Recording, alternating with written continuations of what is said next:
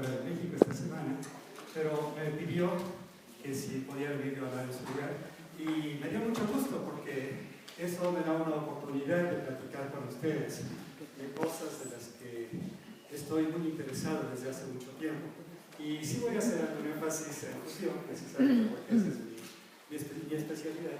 Pero quise hacer una plática, desafortunadamente no tuve el tiempo necesario como para desarrollarla, pero de todos modos, quizás eso haya sido bueno, porque de otro modo hubieran tenido que hacer varias pláticas. Y en un contexto un poco más general. Bueno, sí, en primer lugar, desde luego las ciencias nucleares es algo con lo que muchos de nosotros vivimos, en el sentido de que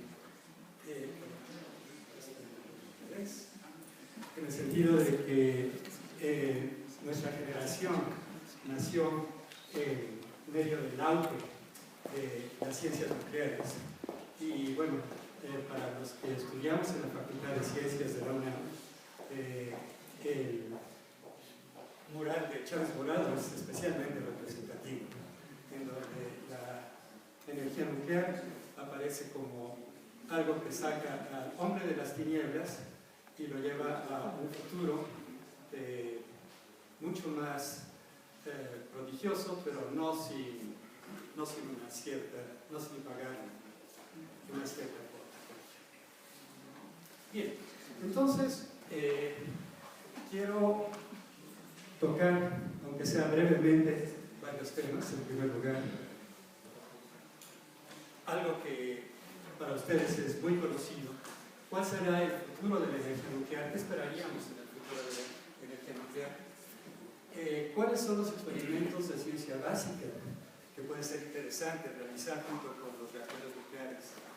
Y varias opciones de producción de radioisótopos, que es algo que en este momento es apremiante para nosotros. Y finalmente, nada más un par de palabras acerca de educación y difusión de las ciencias nucleares. Y en cuanto al futuro de la energía nuclear, en realidad podríamos pensar en varias áreas.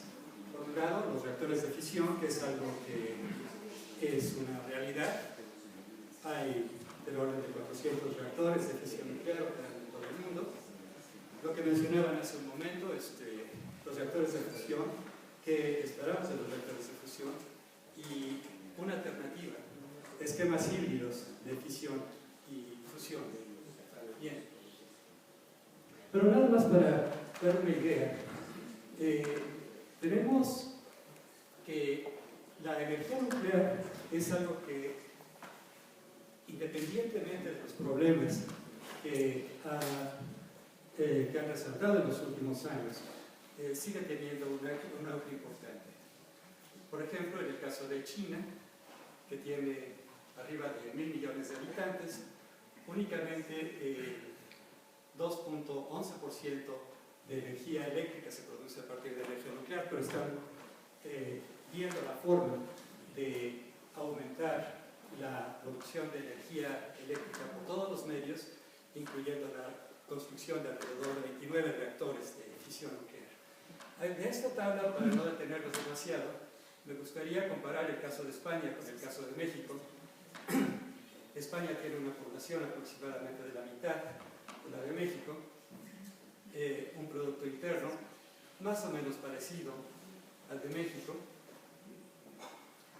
La energía total de energía eléctrica que se produce en España es aproximadamente también igual a la de México, salvo que en España se está produciendo casi el 20% de energía eléctrica a partir de energía nuclear.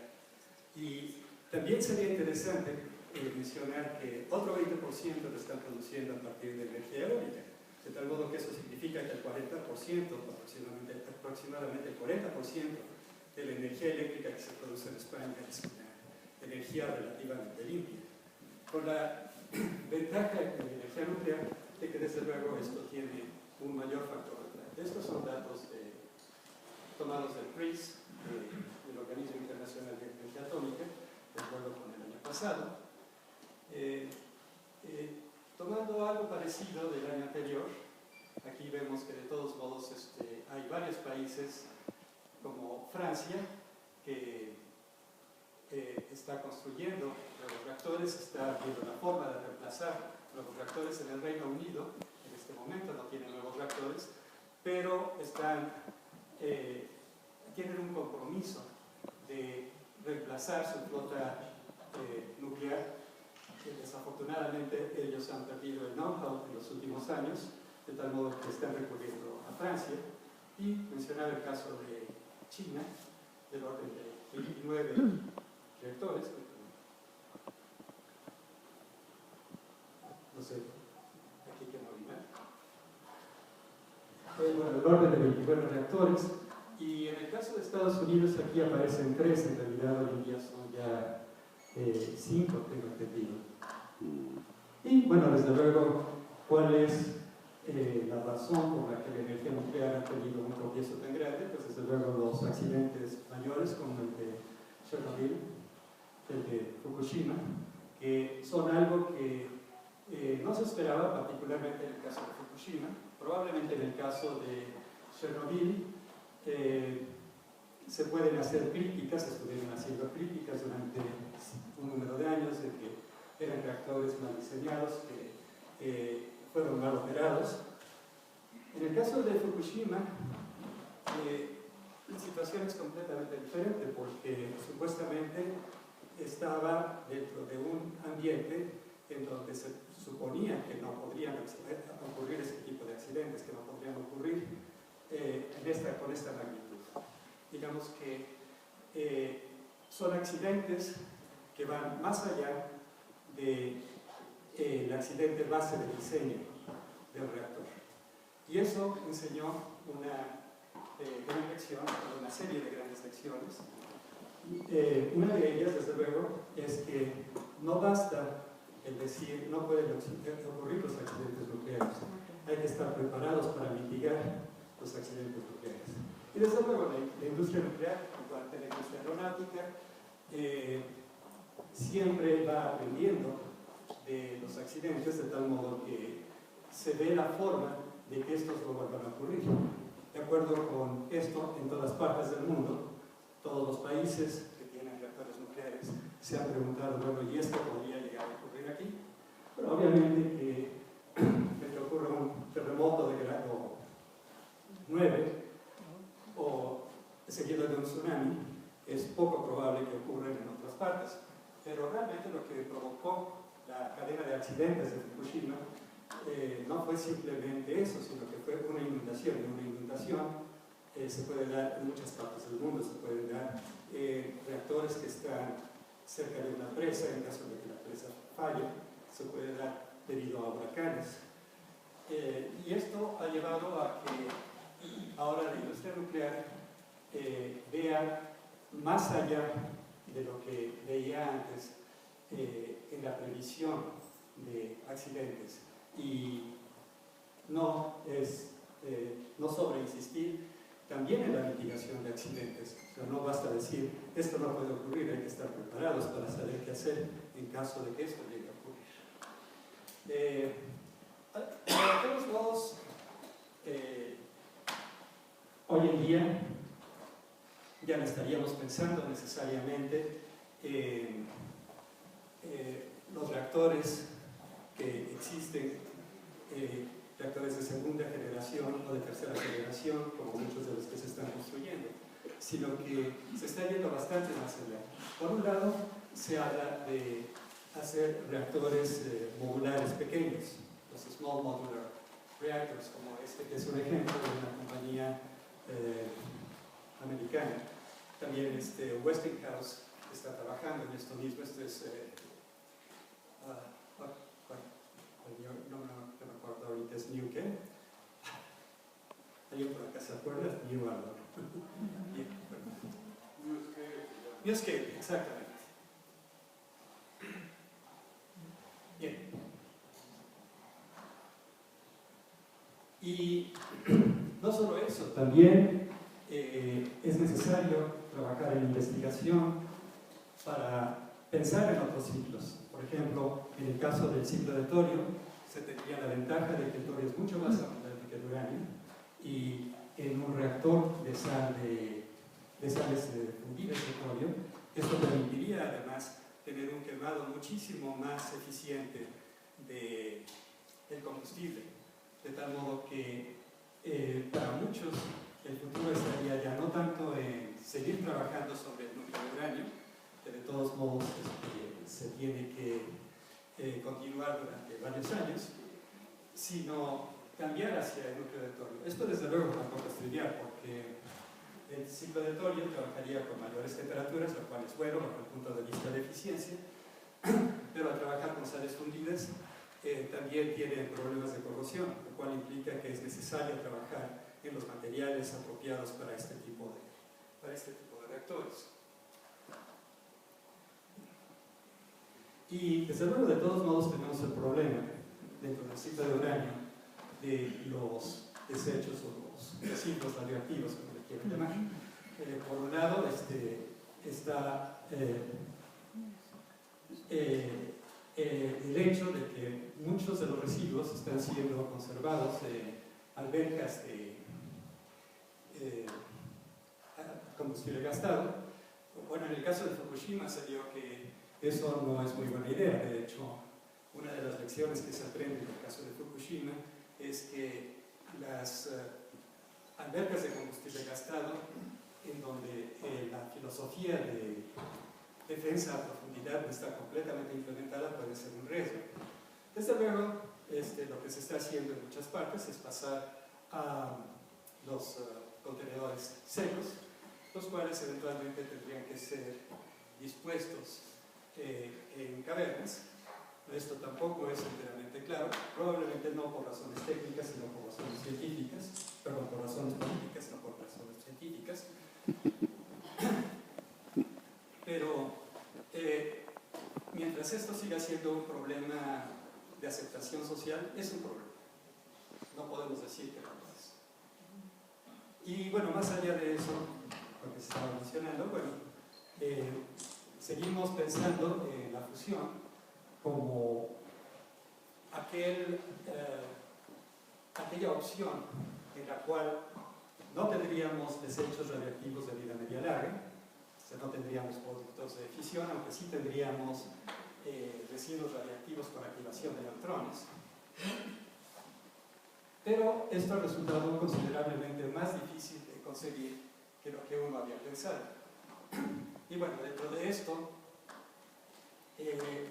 independientemente de los trabajos interesantes que han ocurrido en confinamiento inercial, esto es liderado por el confinamiento magnético, y dentro del confinamiento magnético por el llamado tokamak, en donde el mayor tokamak existente es el que ya existía desde hace como unos 30 años, el Joint European Torus, que afortunadamente fue diseñado de una forma suficientemente flexible como para que aún hoy en día siga teniendo resultados novedosos.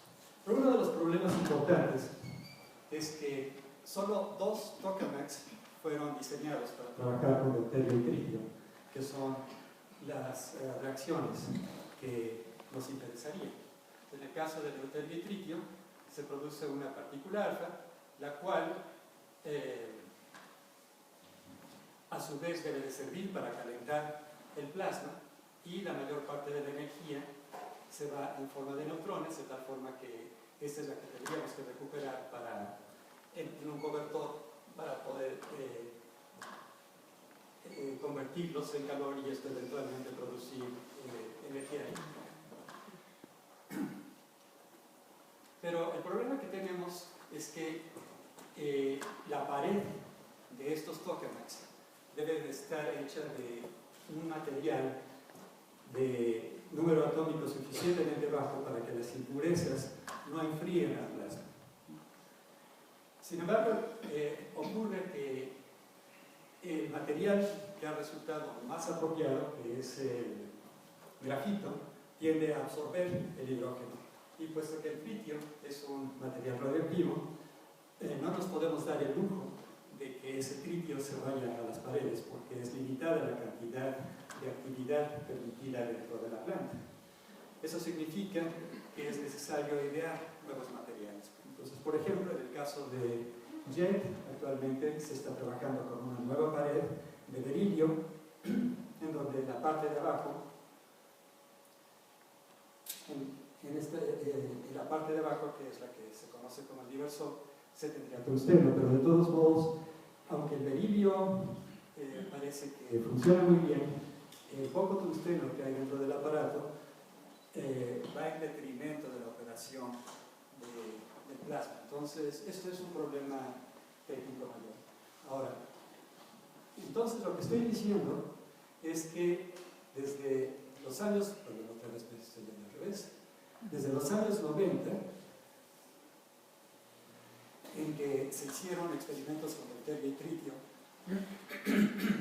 tanto en TFDR, en Princeton, como en JET, realmente no se han vuelto a hacer experimentos con deuterio y tritio. Y es un círculo vicioso, o sea, no se pueden hacer porque no se tiene la pared apropiada.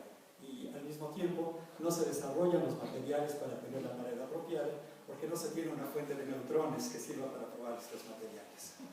Entonces, se espera que este círculo vicioso se rompa rápidamente. Bajo el punto de vista de comportamiento del plasma, lo que normalmente se pone como propaganda es que la forma como ha aumentado el desempeño de los reactores de fusión es mayor que la de los procesadores o que los aceleradores. Pero desde luego hay diferencias en el sentido de que los procesadores, desde luego, son algo que han estado produciendo cosas útiles durante mucho tiempo, mientras que esto sigue siendo básicamente un trabajo de investigación. En base a todos esos experimentos realizados a lo largo del tiempo, se han planteado leyes de escalamiento, en donde, por ejemplo, se toma en cuenta la corriente de plasma en el tokamak, el campo magnético toroidal, la potencia, la densidad, etcétera, etcétera. Y eso se ha utilizado para hacer el diseño de la próxima generación de aparatos. Y bueno, esta sería la próxima generación, que es el ITER, que es unas 3 veces mayor que JET.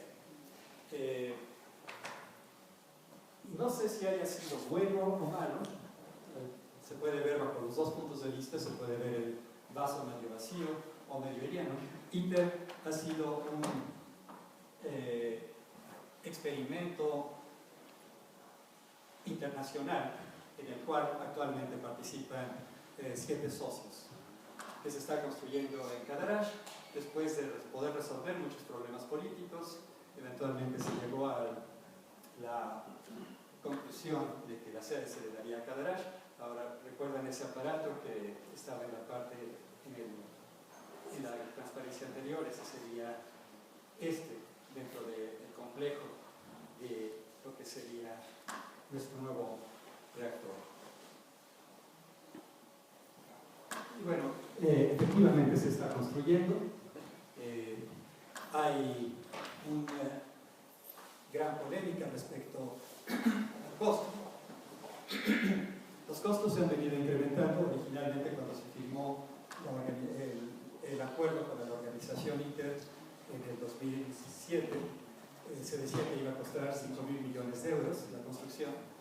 Ya al hacer los cálculos de ingeniería con un poco de mayor detalle, subió a 15.000 millones de euros. Y actualmente se está recalculando, más que nada, se está recalculando el calendario y en base al calendario se va a recalcular el costo, porque obviamente entre más tiempo tarde la construcción, pues mayor será el costo.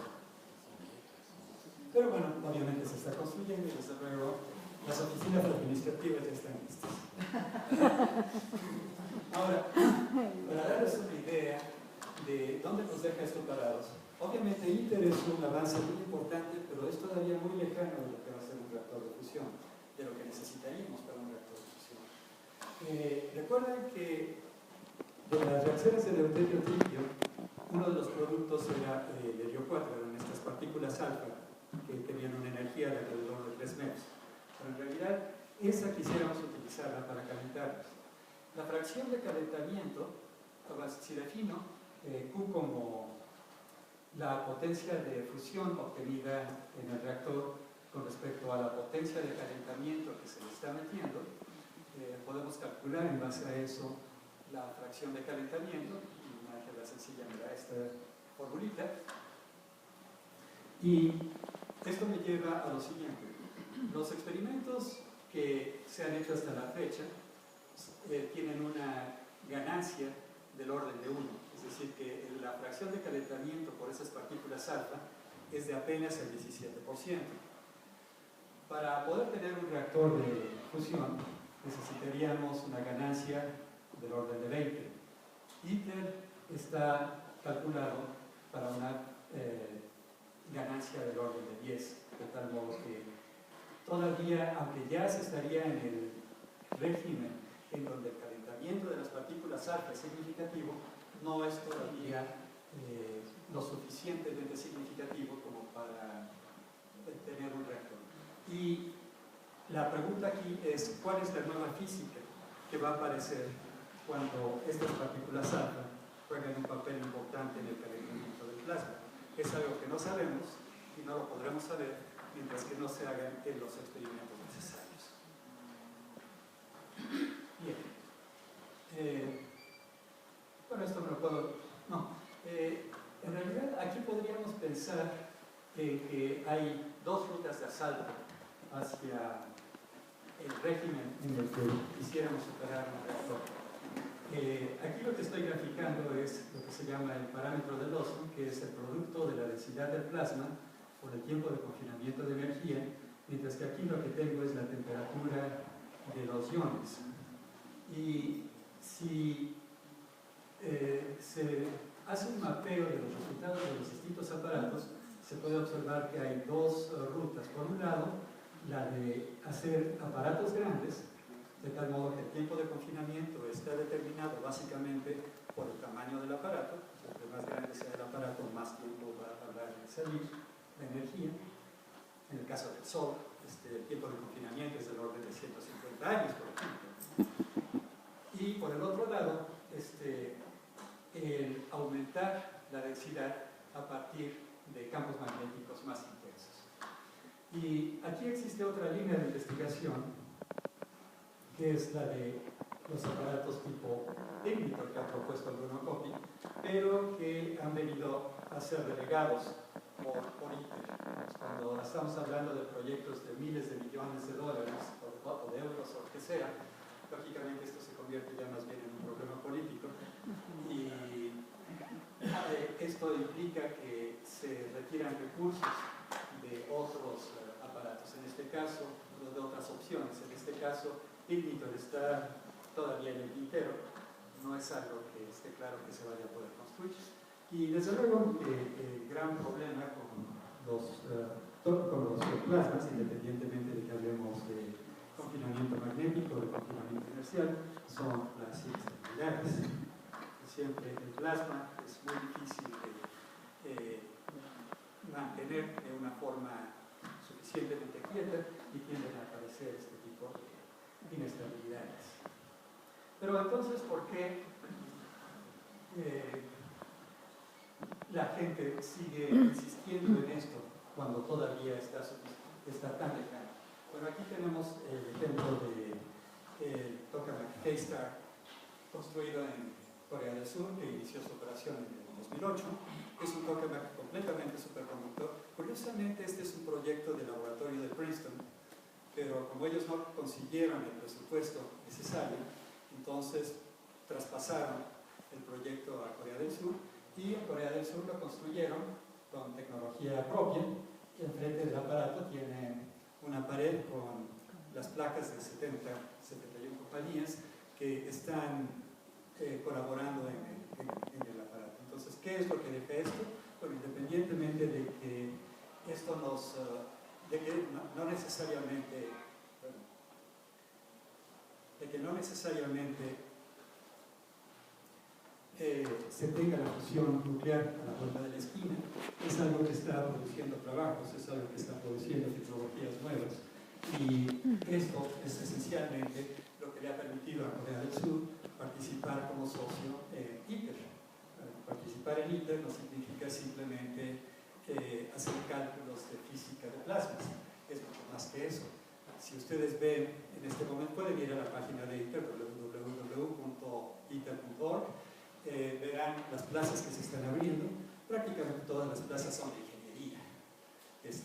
Lógicamente que en este momento eso es lo que va a predominar, y todo el trabajo que se está haciendo ahorita en ITER es ingeniería, desde ingeniería civil hasta ingenierías de punta en el sentido de bobinas superconductoras, etcétera, etcétera. Y bueno, este está cerca del corazón de varios de ustedes. Lógicamente es el único esfuerzo que hemos tenido en México en algún momento de hacer un token. Fue una experiencia interesante y creo que es una experiencia sobre la que se puede construir más adelante. El ININ demostró en su momento que puede ser la sede para este tipo de experimentos. ¿Cuál es la situación en cuanto a experimentos nuevos? Bueno, está el caso de la India.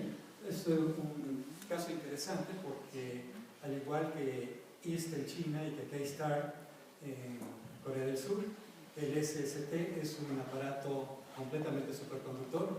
Sin embargo, se encontraron que no es tan fácil dominar este tipo de tecnología. La gente del LHC lo sabía perfectamente. Nunca se ha tenido un accidente ni en IST ni en K-STAR como el accidente que se tuvo en el LHC, por ejemplo, el acelerador del LHC. En el caso de la India, simplemente no han podido llegar a hacer operar este aparato por problemas con los superconductores. En otras palabras, las tecnologías nuevas tienen que ser dominadas, no es tan fácil. Por otro lado, se tiene un Stellarator, que es también una máquina toroidal, pero más complicada, que tendría su primer plasma en el 2015 y también es completamente superconductor. Luego tenemos ITER. Aquí las fechas todavía son inciertas. De acuerdo con la reunión que tuvo el Consejo de ITER en octubre, se dijo que para el 2020 se tendría el primer plasma, independientemente de que no se tengan todavía todos los diagnósticos. Una estimación un poco más realista aparentemente sería el 2024, pero todavía no es oficial. Y eso es únicamente trabajo con deuterio. Para empezar a trabajar con deuterio y tritio, de todos modos se está dando un tiempo un poco mayor, de tal modo que habrá un cambio en la pared antes de esto. En cuanto a Ignitor, en realidad no sabemos qué va a pasar. Pero, ¿cuál es la situación entonces actual de la fusión? Yo diría que, comparándolo con la aeronáutica, ITER es al Spruce Goose lo que un reactor de fusión comercial sería al Boeing 747. O sea, el Spruce Goose fue un avión jumbo, un hidroavión jumbo, que operaba con tecnología de los años 40, construido completamente de madera, con motores de hélice. Aquella cosa únicamente voló por un par de kilómetros de altura y nunca más volvió a volar.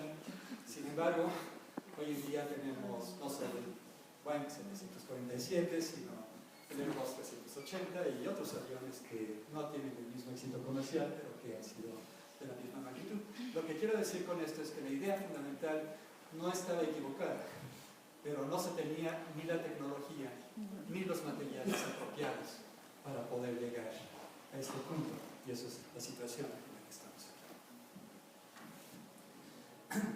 Bien, y por otro lado está el financiamiento. En realidad el financiamiento en energía en fusión siempre ha sido enorme, pero desde los años 70 Stephen Odin, quien ha trabajado en esto durante mucho tiempo, había hecho ya una proyección de cuáles serían los escenarios de financiamiento necesarios para poder llegar a ser un reactor. Y de acuerdo con esto, puesto en dólares de hoy en día, el umbral necesario andaría en el orden de los $1.000 millones de dólares. Si ustedes ven lo que se está gastando en ITER, pueden ver en la página de ITER cuáles son los costos. Verán que apenas hoy en día, con la participación de los fieles socios, se está llegando a este nivel de estimación. Bueno, más allá que eso estaría bien. Hay ya reuniones del Organismo Internacional de Energía Atómica en donde se están explorando distintos escenarios de demo. En realidad en Estados Unidos ha habido una serie de proyectos que desde los años 70 que han venido a proyectar cómo sería un reactor de fusión. Son más bien ejercicios conceptuales. Mientras no tengamos la información de cómo va a operar un reactor con un plasma en combustión, realmente no podemos decir cómo se va a ver un aparato como demo. Lo que sí podemos decir, y aquí es en donde quiero ya ligar la fisión con la fusión, es que sí conocemos actualmente ya la física para un reactor de fusión, para un tokamak, en donde la ganancia sea del orden de 1, es decir, en donde la potencia de fusión con respecto a la potencia de calentamiento sean más o menos las mismas. Y si bien esto no sirve para generar electricidad por sí mismo, sí puede servir como una fuente de neutrones para otro tipo de aplicaciones. Y bueno, hay varias propuestas, aquí estoy simplemente mencionando una de ellas que en particular me parece interesante, en donde lo que se haría es una propuesta de un grupo de la Universidad de Texas en Austin. Lo que se haría sería rodear un tokamak esférico, es decir, un tokamak más compacto que ITER, en donde se lo rodearía con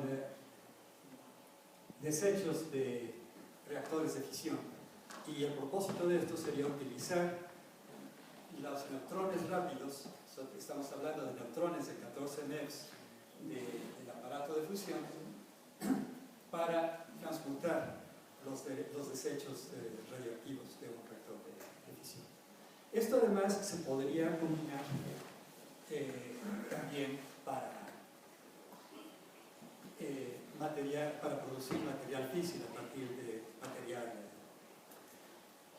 material fértil, tanto para el caso del ciclo de uranio, lo cual sería poco atractivo y poco probable bajo el punto de vista político, pero también para el ciclo de torio, en donde tendría seguramente mucho mayor aceptación.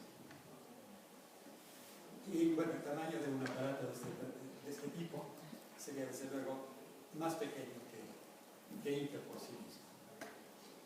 Y ya hay compañías que están trabajando en esto, incluso existe esta compañía Tokamak Solutions, que es un grupo de gente que está retirada del laboratorio de fusión de Toda, que ha puesto su propia compañía con la idea de vender esta idea de utilizar los tokamaks como fuentes de neutrones, y no únicamente como fuentes de neutrones, sino también para la producción de radioisótopos. Ahora, bueno, entonces, ¿por qué no hablamos tanto de utilizar los reactores de fusión para producir material físil a partir de material fértil? Básicamente porque en este momento económicamente tampoco sería viable. Para los próximos 50 años por lo menos, el uranio barato va a estar disponible y eso no sería necesario. Ahora, pero también tenemos otras cosas que podríamos pensar dentro de las físicas nucleares, ya saliéndome por completo de la fusión. Los reactores nucleares, tanto los reactores de investigación como los de potencia, pero especialmente los de potencia, son una fuente de neutrinos. Y los neutrinos son muy interesantes bajo el punto de vista de ciencia básica, de tal modo que sin necesidad de interferir con la operación del reactor, se pueden tener detectores cercanos o lejanos, dependiendo del tamaño de los reactores, y hacer investigación de física de neutrinos.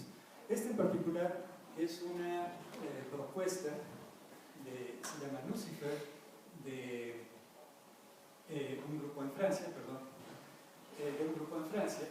en donde argumentan que si alguien estuviera parando el reactor para poder sacar plutonio antes de que el plutonio 241 crezca lo del combustible gastado, esto podría ser detectado a una distancia de unos 100 metros del reactor. Y bueno, menciono esto en particular porque en el Instituto de Ciencias Nucleares hay un grupo con Alexis Aguilar que está tratando de proponer algo parecido.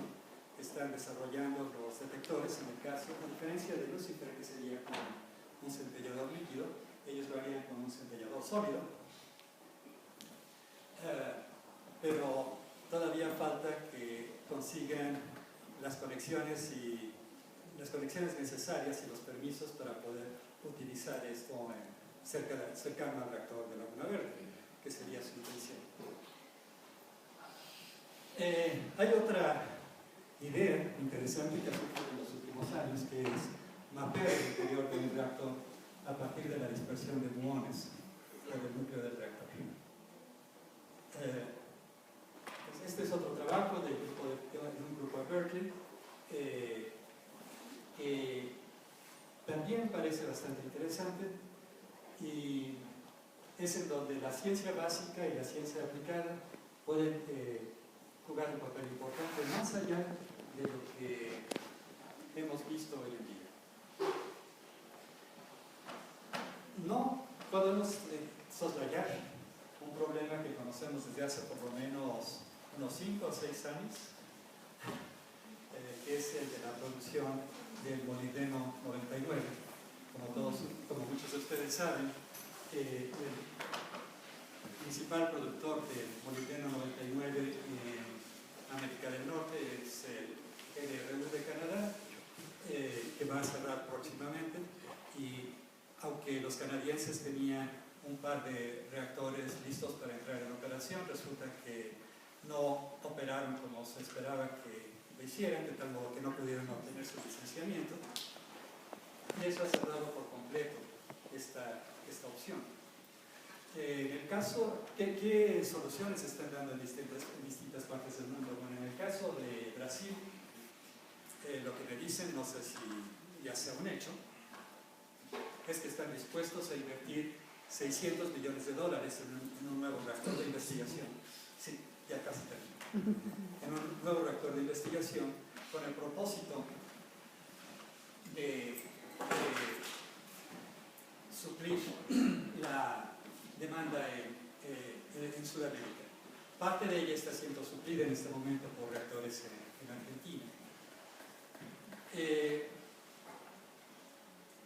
Miguel Ángel Ávila, de la Facultad de Medicina de la UNAM, ha estado proponiendo en particular utilizar aceleradores, de tal modo que estos aceleradores de protones con molibdeno 100 producirían directamente el tecnesio 99, que es lo que de hecho necesitan los hospitales, pero desde luego esto tiene la desventaja de que, como el tecnesio 99 tiene una vida media relativamente corta, estos aceleradores tienen que estar cerca de los centros hospitalarios. Bien, creo que esta es una propuesta en particular que debe de ser apoyada en nuestro medio, pero eso no significa de todos modos que la opción de los reactores deba de ser eliminada, porque hay otros isótopos que solo pueden ser producidos en reactores y que son muy caros de conseguir de otro modo.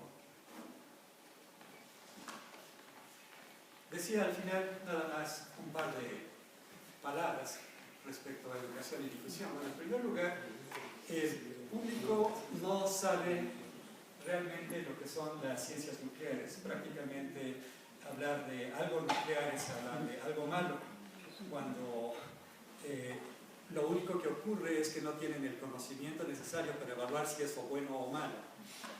Entonces, sí es muy importante hacer un trabajo de difusión que desmitifique el aura que existe alrededor de las ciencias nucleares. Y eso es algo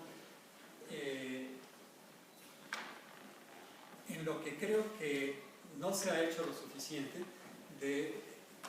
Probablemente en algunas ocasiones las actitudes que se toman por parte de los expertos en ciencias nucleares pueden incluso ser contraproducentes por el hecho de que da la impresión de que esto es secreto y que no se lo podemos dar a conocer. Entonces eso aumenta el mito. Por otro lado, entonces tenemos que identificar las áreas en las que se requieren formar nuevos cuadros. Por ejemplo, en radioquímica, farmacoquímica, radiofarmacia, quiero decir, no tenemos en este momento la gente necesaria todavía. Y bueno, probablemente no la tenemos porque la demanda no ha sido muy grande, pero la demanda no ha sido grande porque tampoco tenemos una industria suficientemente importante alrededor de ella. Y desde luego que para que esto pudiera tener éxito, necesitamos desarrollar programas de estudio alrededor de las diversas disciplinas que comprenden las ciencias nucleares y desarrollar las capacidades necesarias. Bien, entonces, a modo de conclusión, lo que puedo decir es que la ciencia en México pues, sí tiene un buen nivel en el sentido de que se producen una N cantidad de artículos por investigador, pero en general los proyectos no han sido de una gran envergadura. Este centro nuclear fue ideado en los años 60 precisamente para poder tener proyectos de gran envergadura, y eso es algo que de alguna forma se ha descarrilado en el tiempo. Para poder tener proyectos de gran envergadura, estos son de carácter multidisciplinario, tenemos que reconocer que son de carácter multidisciplinario, y eso implica que es necesario atraer la participación de las ingenierías junto con la ciencia básica. Yo escucho a muchos de mis compañeros en física presumir de que la ingeniería innovativa normalmente la hacen los físicos, y puede que sea cierto, pero siempre es ingeniería chiquita.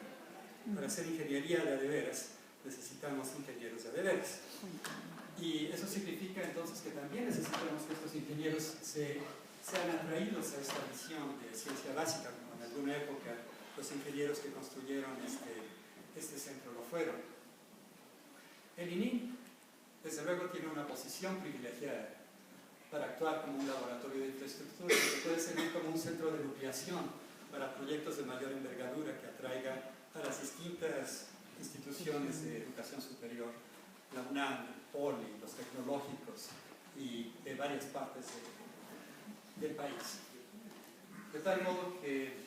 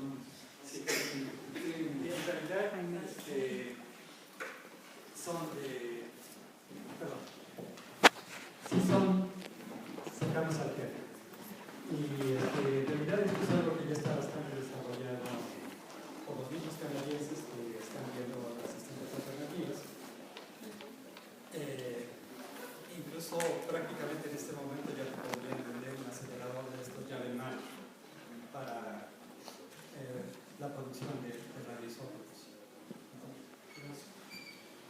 A ver, ¿quién más? A ver.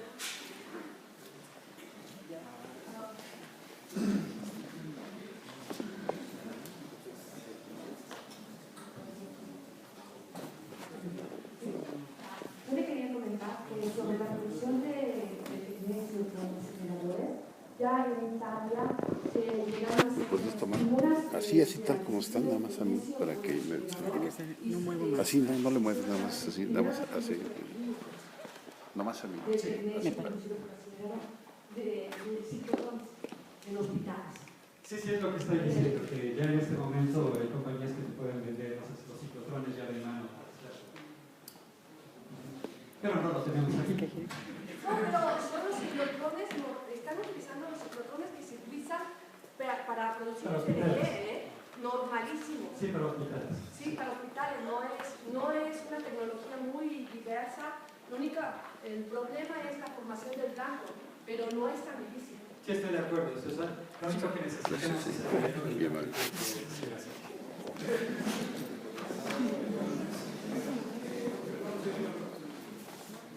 Perdón, señor, ¿usted sabe cómo interactúan los bomberos con ustedes? Muy débilmente, desde luego. ¿Y qué? Pero eso es precisamente lo interesante del caso, que los reactores producen una cantidad de neutrinos suficientemente alta como para poder ser detectados por este tipo de detectores. Entonces es por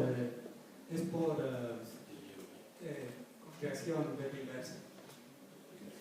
A ver, otra pregunta.